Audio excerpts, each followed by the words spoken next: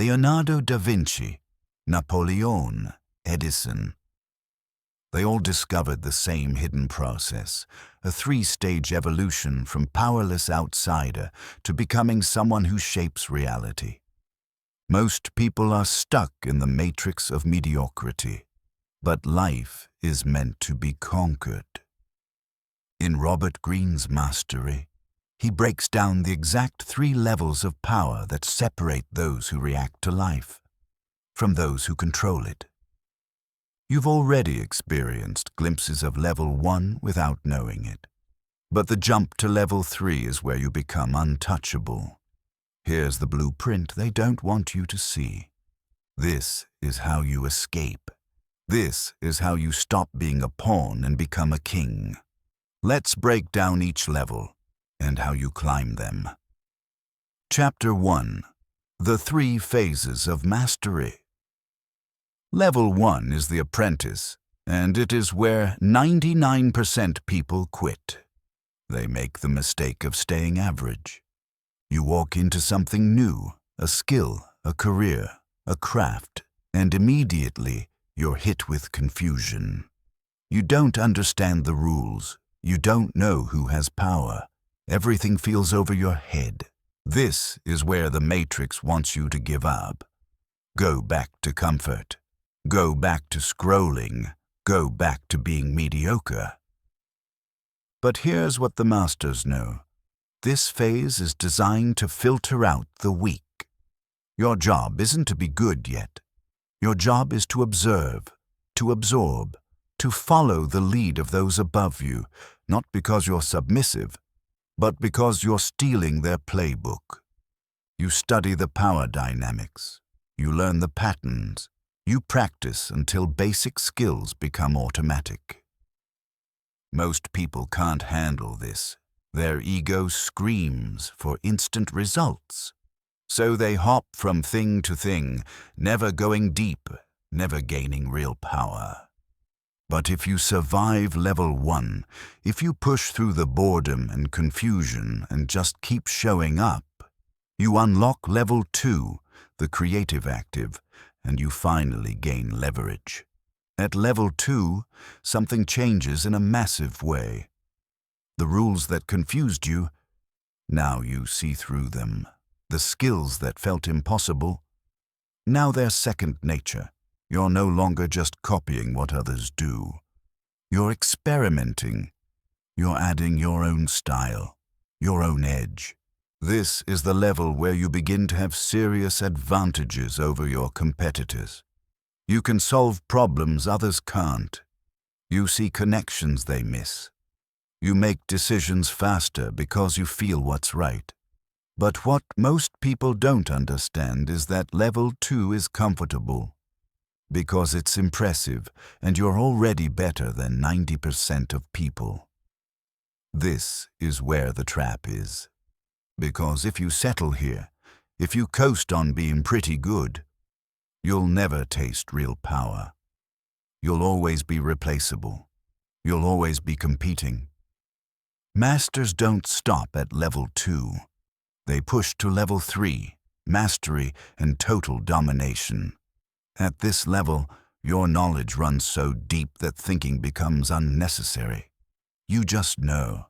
Intuition takes over. You see the whole chessboard while everyone else is staring at one piece.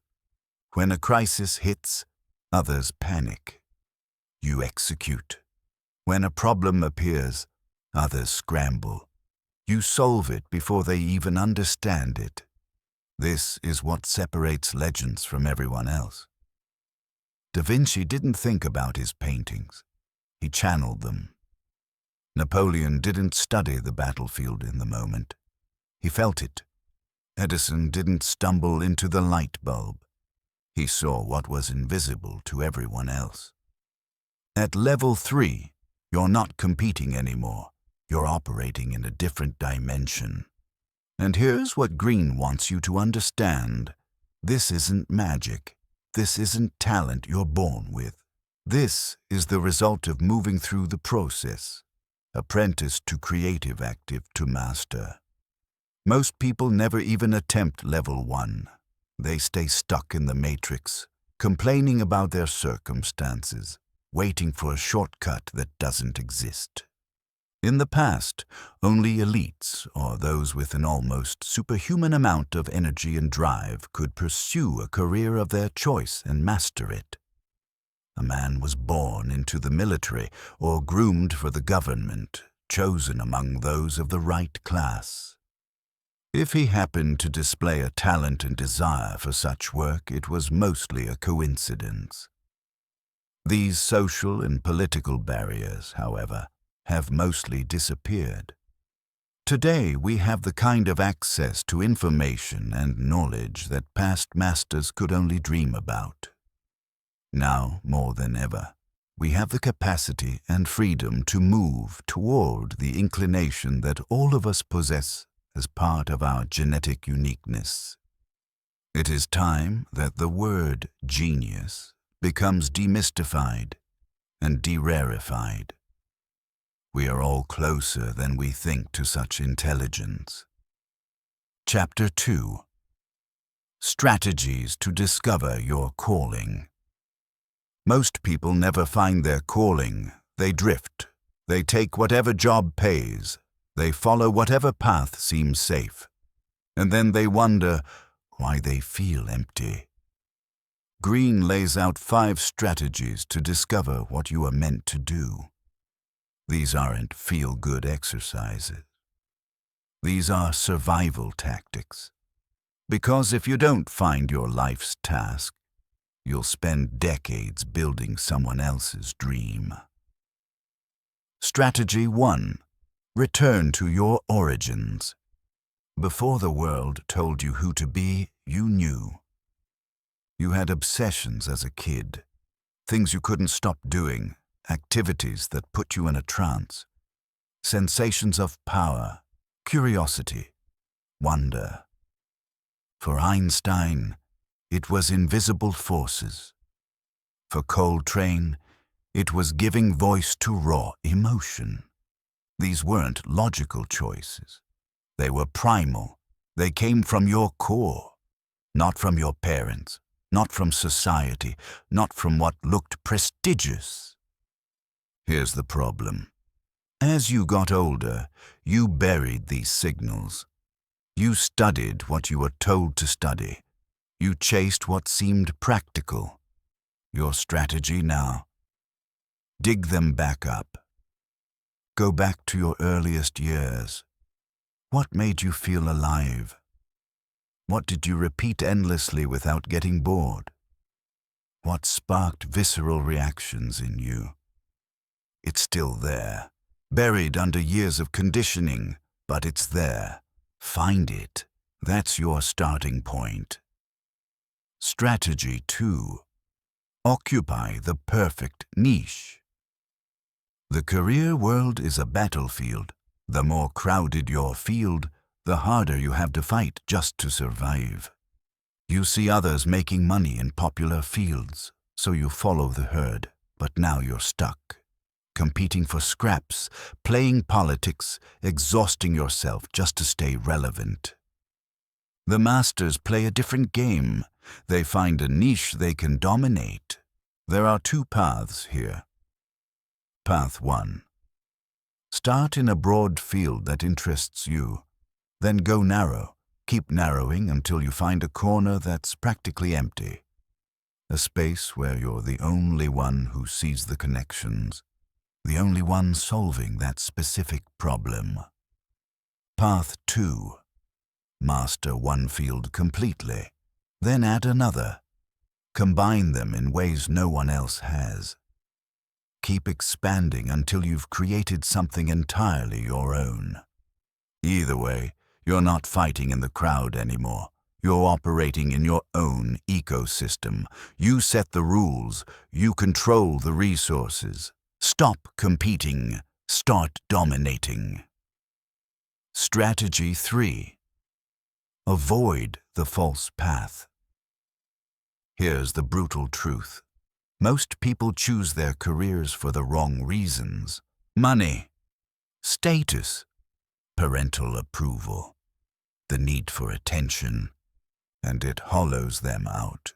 You chase the paycheck, but the work feels meaningless. You chase the prestige, but the validation never fills the void.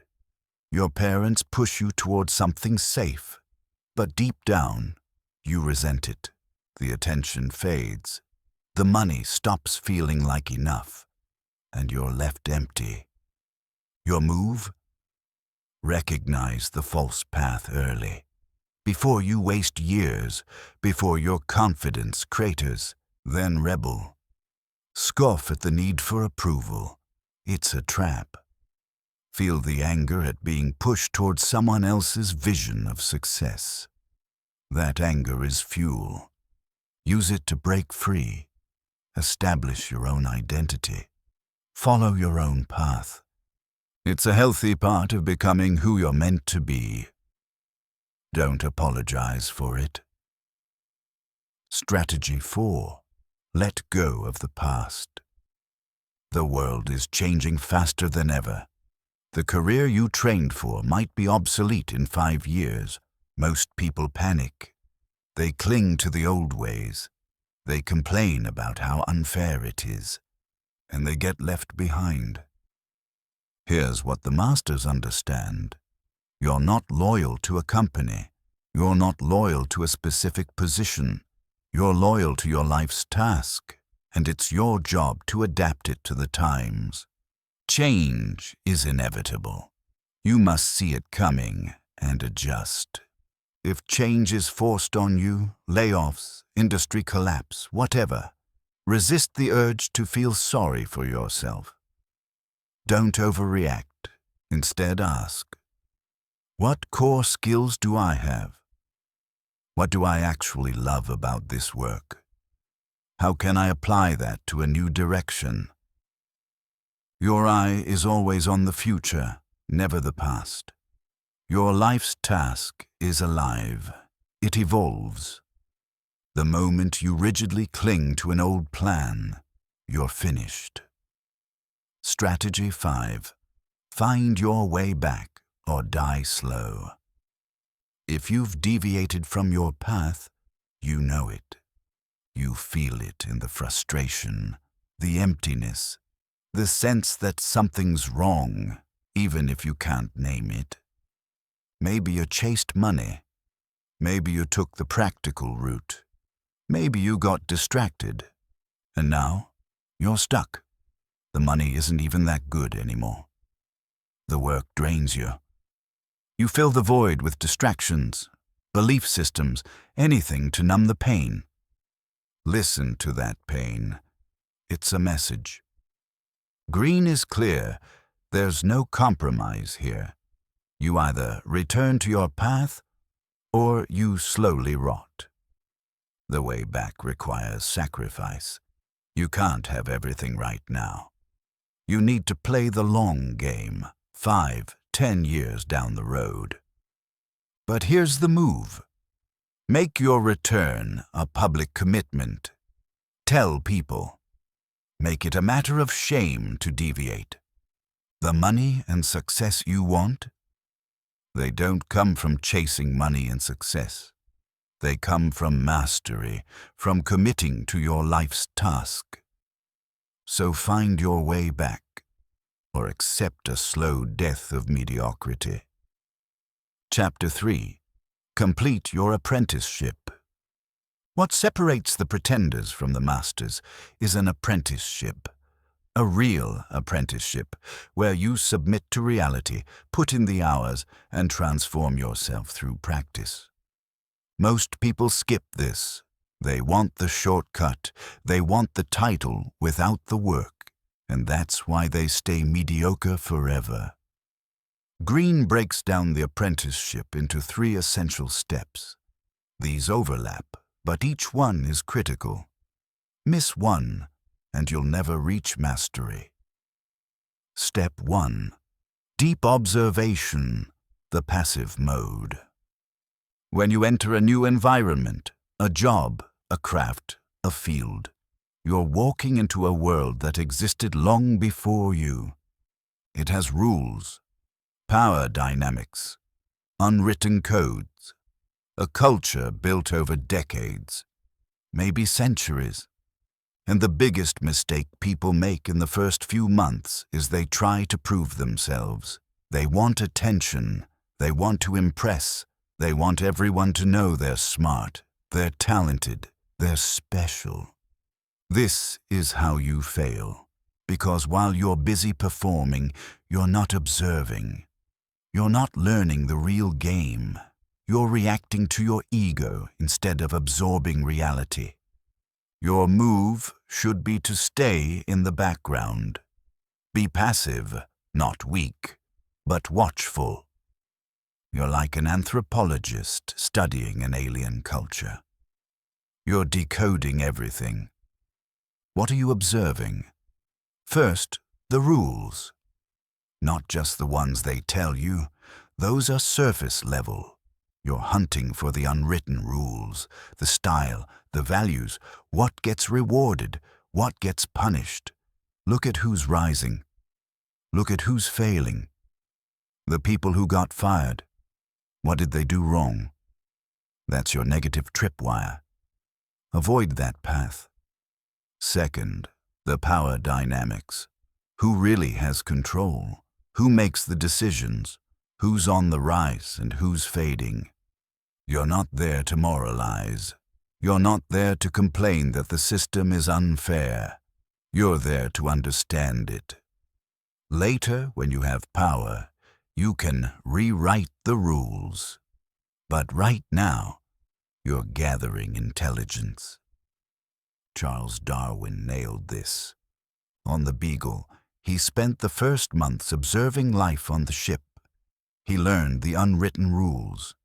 He figured out how to fit in, how to avoid needless conflict with the captain. This made his scientific work possible. If he'd wasted energy fighting battles, he would have been kicked off the voyage. And on a deeper level, Darwin trained himself to observe reality as it is. No preconceptions, no theories until he had enough data. This skill turned him into one of the greatest observers in history. You're doing the same. Every task, no matter how menial, is a chance to observe. Every detail is a sign to decode. Over time, the reality that was invisible to you at first becomes clear. You see behind the appearances. You understand the game. That's when you're ready for step 2. Step 2. Skills acquisition. The practice mode. Observation gets you in the game, but practice is where you build power. Every field requires skills. Some are physical, operating a machine, creating something with your hands. Some are mental, organizing information, reading people, solving problems. Your job is to break these skills down to their core. Find the essential thing you need to get good at, then practice it until it's hardwired into your nervous system. Here's how the brain works. When you start learning something new, your frontal cortex lights up. Neurons fire everywhere. Your brain is working hard to process all this new information. But as you repeat the action over and over, something changes. The skill gets delegated to other parts of your brain. Deeper down, it becomes automatic. Now those neurons in your frontal cortex are freed up. You can learn something else. The skill is locked in. This is called tacit knowledge. You can't explain it in words, but you can demonstrate it in action. This is how the medieval apprenticeship system worked. Apprentices didn't read books. They watched the master. They imitated. They repeated the action thousands of times. Resources were expensive. Textiles, wood, metal. You couldn't waste them on practice runs. So apprentices learned to focus deeply and not make mistakes. By the end of 7 years, they had logged over 10,000 hours of direct work. Their skill was embedded in their bodies, and the result was the great Gothic cathedrals of Europe. Masterpieces of beauty and engineering, all built without blueprints. Here's what you need to understand about practice. 1. Focus on one skill at a time. Don't multitask. Don't try to learn 5 things at once. Master one thing, then move to the next. Multitasking kills the learning process. 2. Embrace the tedium. The initial stages are boring, painful, repetitive. Most people quit here because they need instant gratification, but this pain toughens your mind. It's a test. Will you push through, or will you run to distraction like a child? The boredom is the price of mastery. Pay it. 3. Practice with intensity. 2 to 3 hours of intense focus beats 8 hours of distracted effort. Be fully present. Eliminate distractions. Once the action becomes automatic, use that mental space to observe yourself. Analyze your weaknesses. Get feedback. Measure your progress. 4. Enter the cycle of accelerated returns.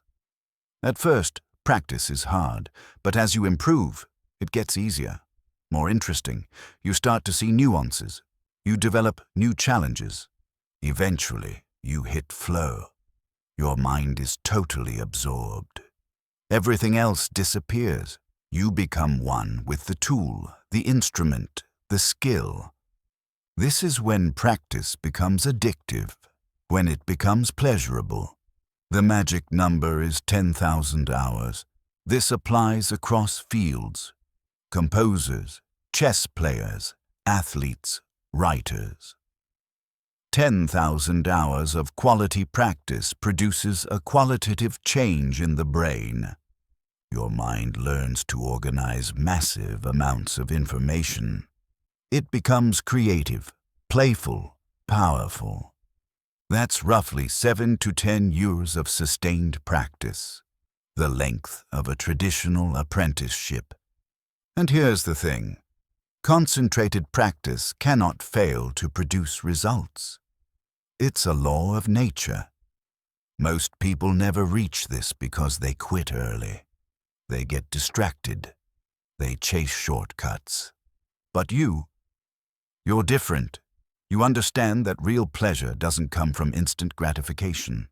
It comes from overcoming challenges, from mastering skills, from experiencing the power this brings. Step 2 transforms you. It reveals capabilities you didn't know you had. It redefines what you find pleasurable.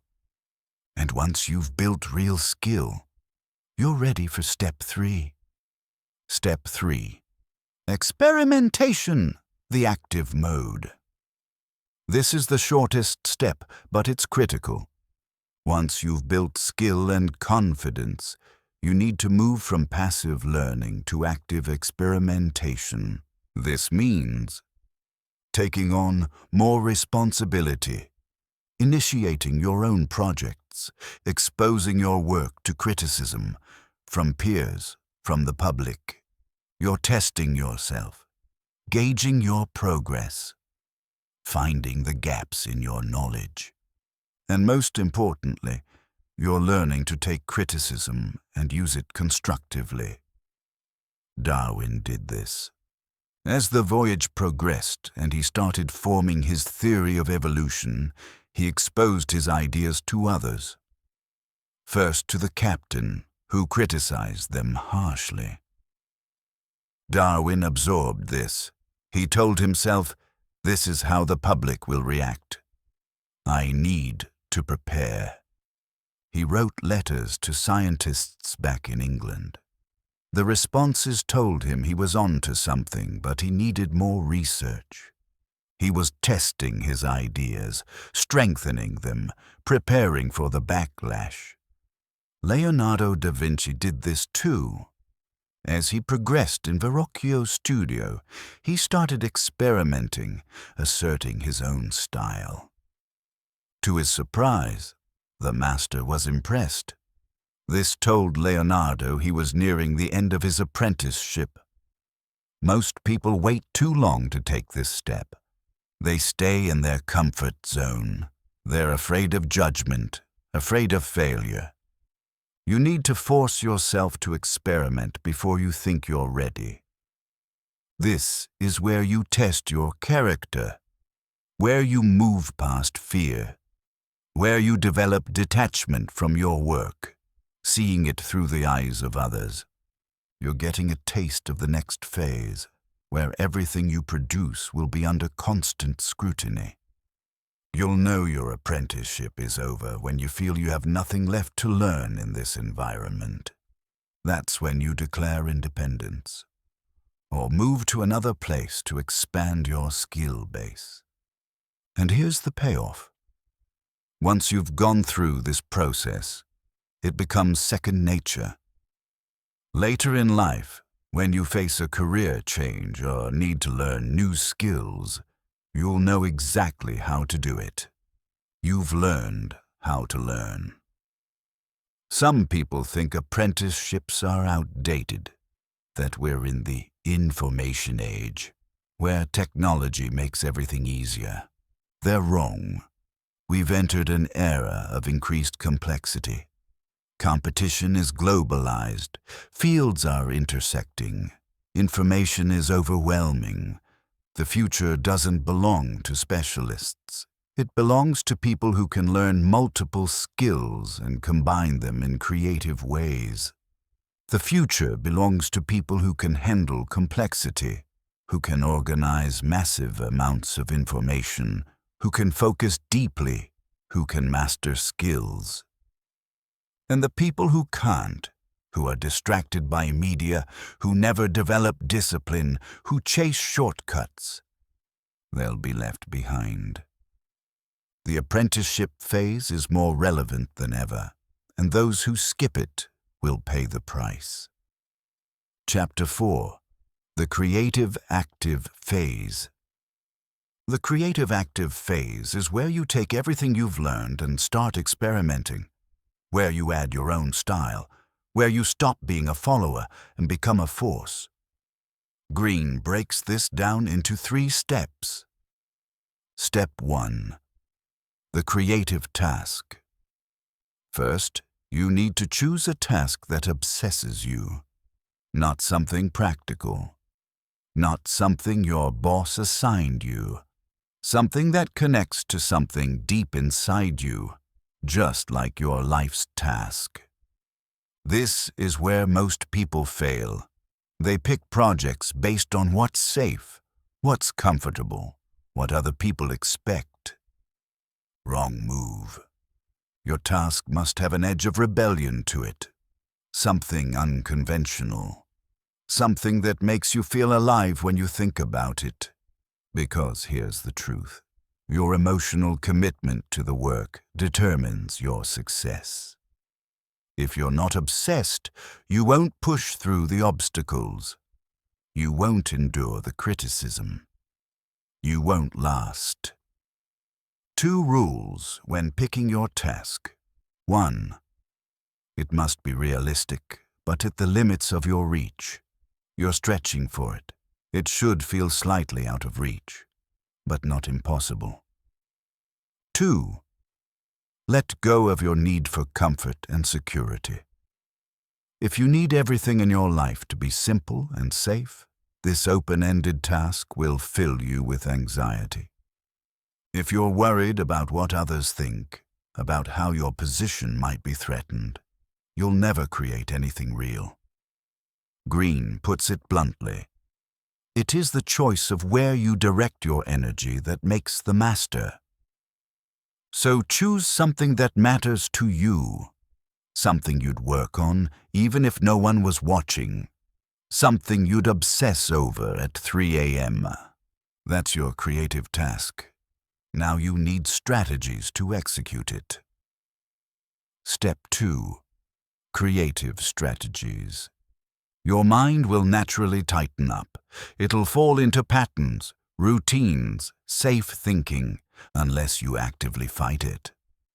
Greene gives you 5 strategies to keep your mind open, flexible, and dangerous. Strategy 1. Cultivate negative capability. This means learning to endure mysteries, to sit with uncertainty without needing immediate answers. Most people can't handle this. They need closure. They need to know. But the greatest breakthroughs come from sitting in the unknown long enough to let the answer emerge. Don't rush to conclusions. Embrace the tension. Strategy 2. Allow for serendipity. Move outside your normal realm of comfort. Explore. Read things outside your field. Talk to people who think differently. Stay open. Don't jump to conclusions. Let yourself be surprised. Keep a notebook with you at all times. Record ideas as they appear. You never know when the breakthrough will come. Serendipity only happens when you're paying attention. Strategy 3.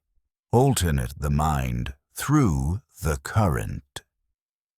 This is the constant dialogue between your thoughts and reality. You observe reality. You form a theory. You test it. You observe again. You refine the theory. If you go deep enough into this process, you come into contact with something beyond your limited senses. A truth that explains the world in ways you couldn't see before.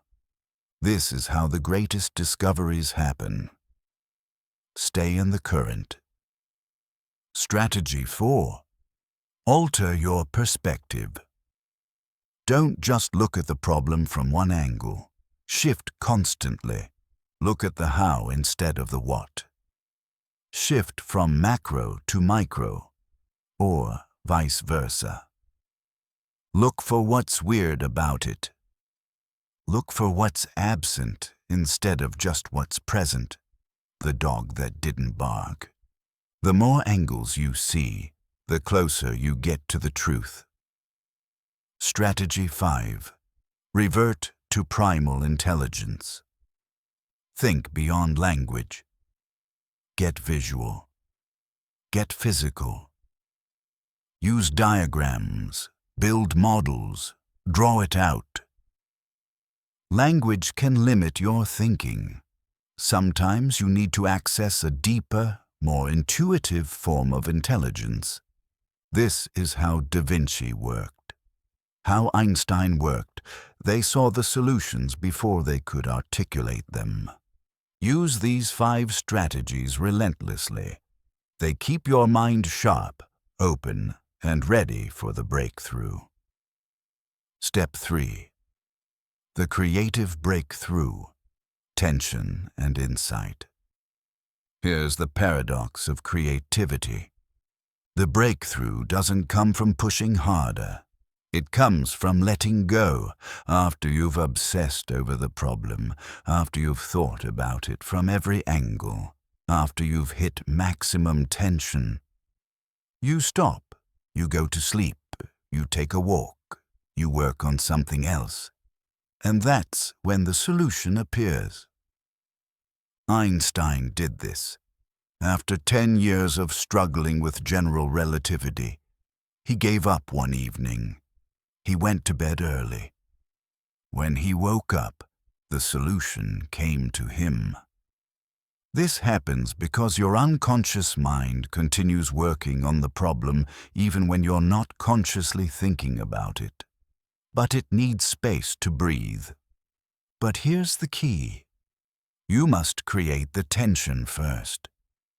If you're lazy, if you're not pushing yourself, the breakthrough never comes.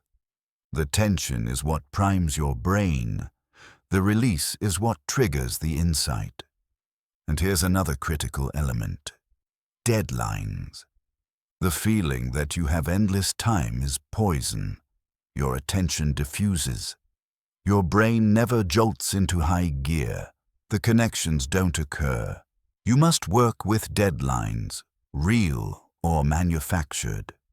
The pressure forces your brain to operate at a higher level. This is how you engineer breakthroughs. Maximum tension, then release. Repeat. Emotional pitfalls.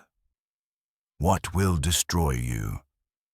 As you move through the creative active phase, certain pitfalls will try to take you down. Know them. Avoid them. Pitfall 1. Complacency. You start to feel like you know enough, like you've figured it out. Wrong. Constantly remind yourself of how little you truly know, how mysterious the world remains. The moment you think you've mastered it, you stop growing. Pitfall 2. Conservatism. You gain some attention, some success. Now you're afraid to take risks. You start playing it safe. Protecting what you've built. This is death. Make creativity your goal, not comfort.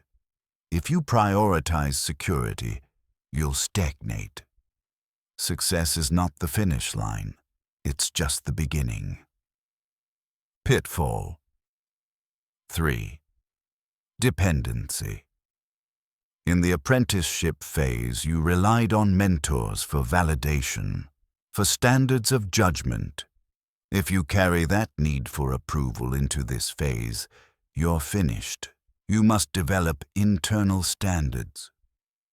Trust your own judgment. Stop seeking permission from others. Pitfall 4. Impatience. You want results now. You want recognition now. But the best work takes time. Cultivate a pleasure in the pain.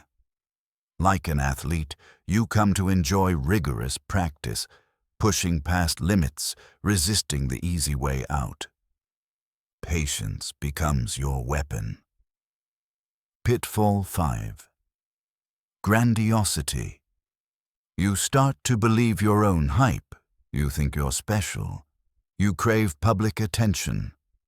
Public attention is a distraction, a nuisance.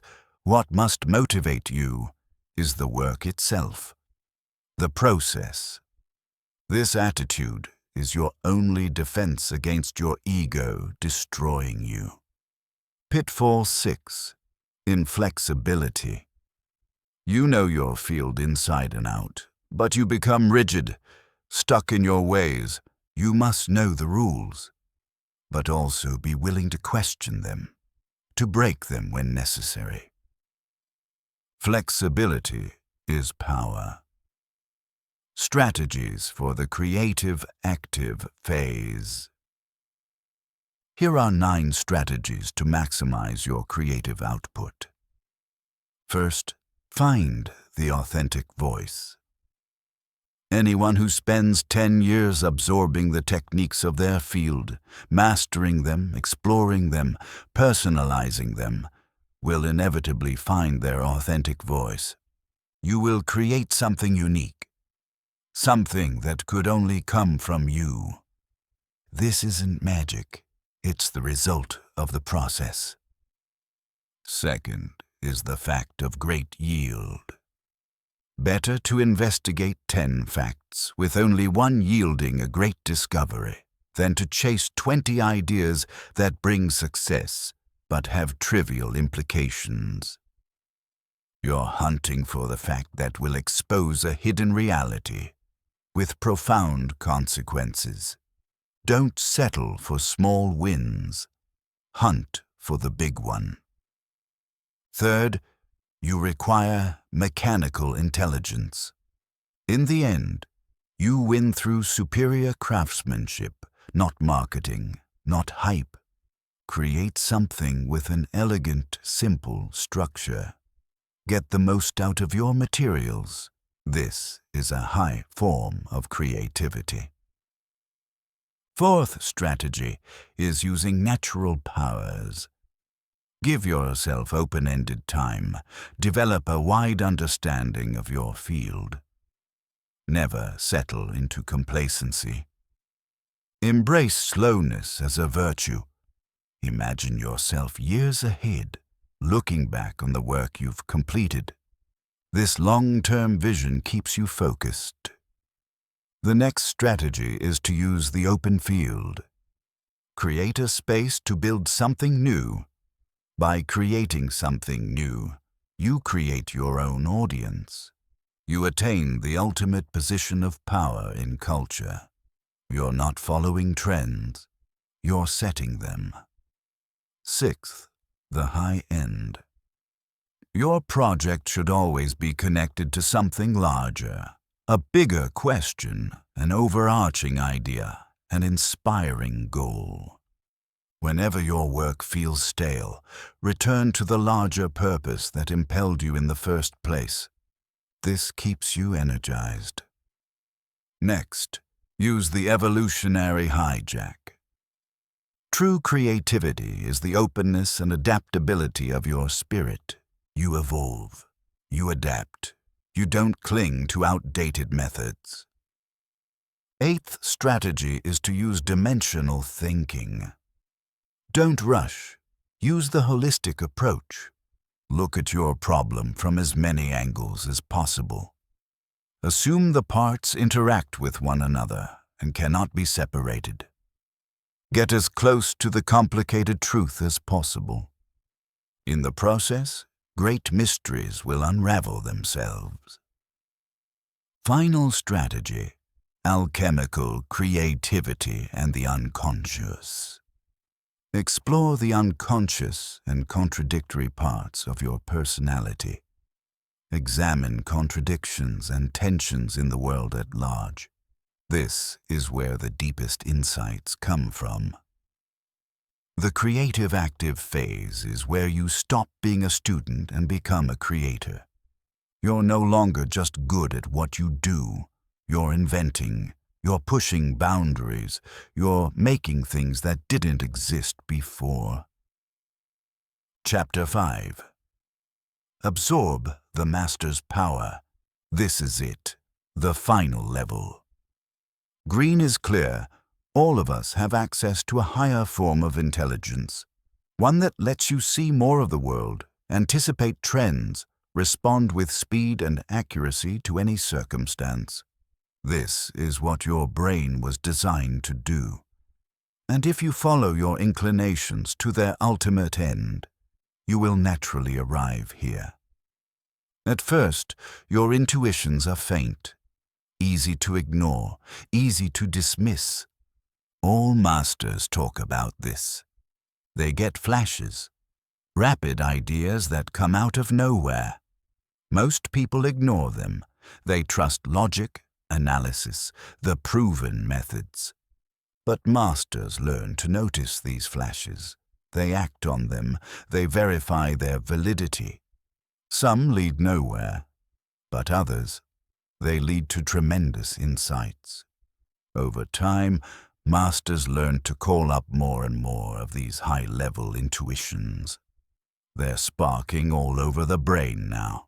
And when they fuse this intuitive thinking with rational processes, that's when they access the outer limits of human potential.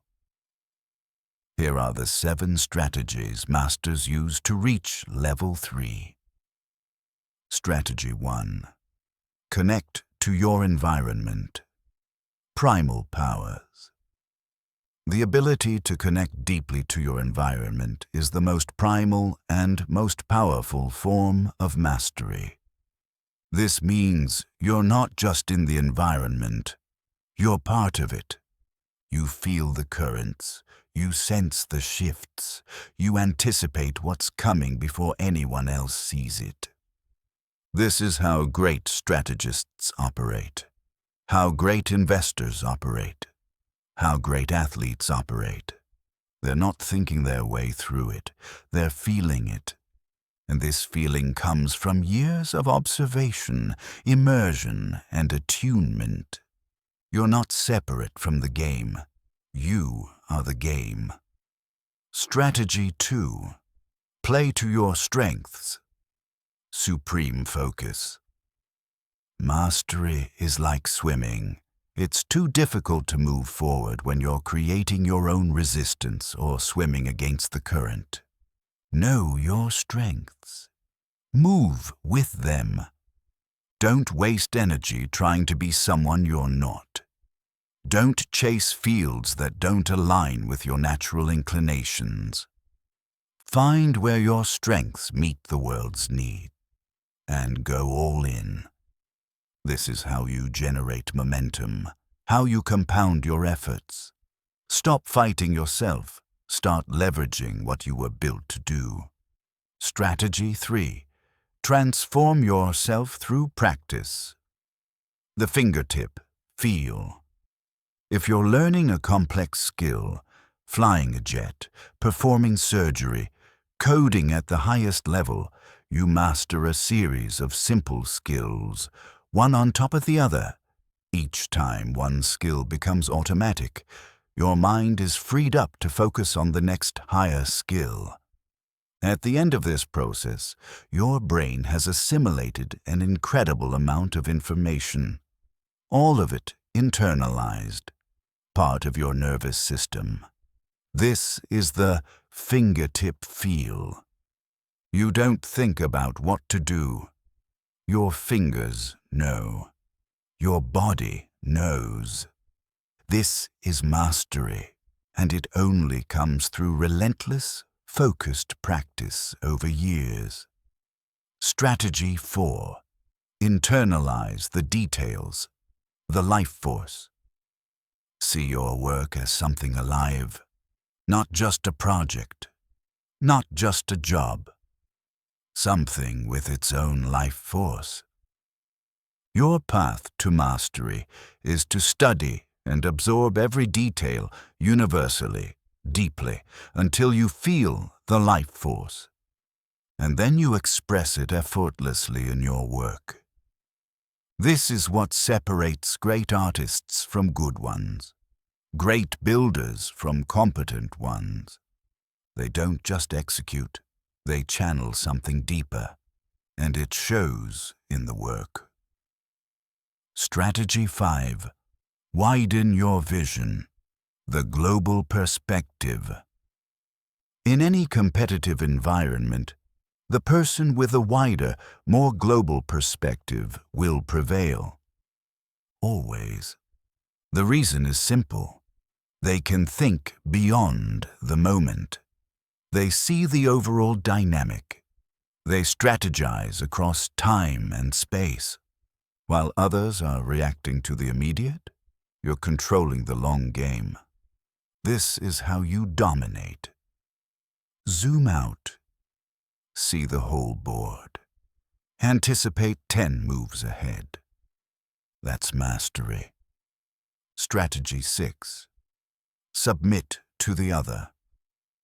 The inside-out perspective.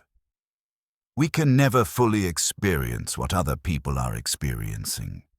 We're always on the outside looking in, and this is the cause of most misunderstandings, most conflicts, most failures. But masters learn to submit to the other, to see the world through their eyes, not just intellectually, deeply. This gives you an edge no one else has. You understand people at a level they don't even understand themselves. You anticipate their moves, their reactions, their needs. This is power. Strategy 7. Synthesize all forms of knowledge. The universal man/woman. The future doesn't belong to specialists. It belongs to synthesizers. People who can take knowledge from multiple fields and combine them in novel ways. You should strive to be part of this universalizing process. Extend your knowledge to other branches. Further and further out. The connections you make between disparate fields. That's where the breakthroughs happen. That's where you create something no one else could have created. This is the highest form of mastery. Mastery is not a destination, it's a state of being. This power is accessible. It's not reserved for the chosen few. It's the natural result of following the process. The world is filled with people who want the results without the process. They'll stay pawns. But you have to walk the path. From pawn to king. From apprentice to master. The matrix can't hold you anymore. Will you walk the path? Or will you stay stuck watching others ascend while you wonder what could have been? The choice is yours.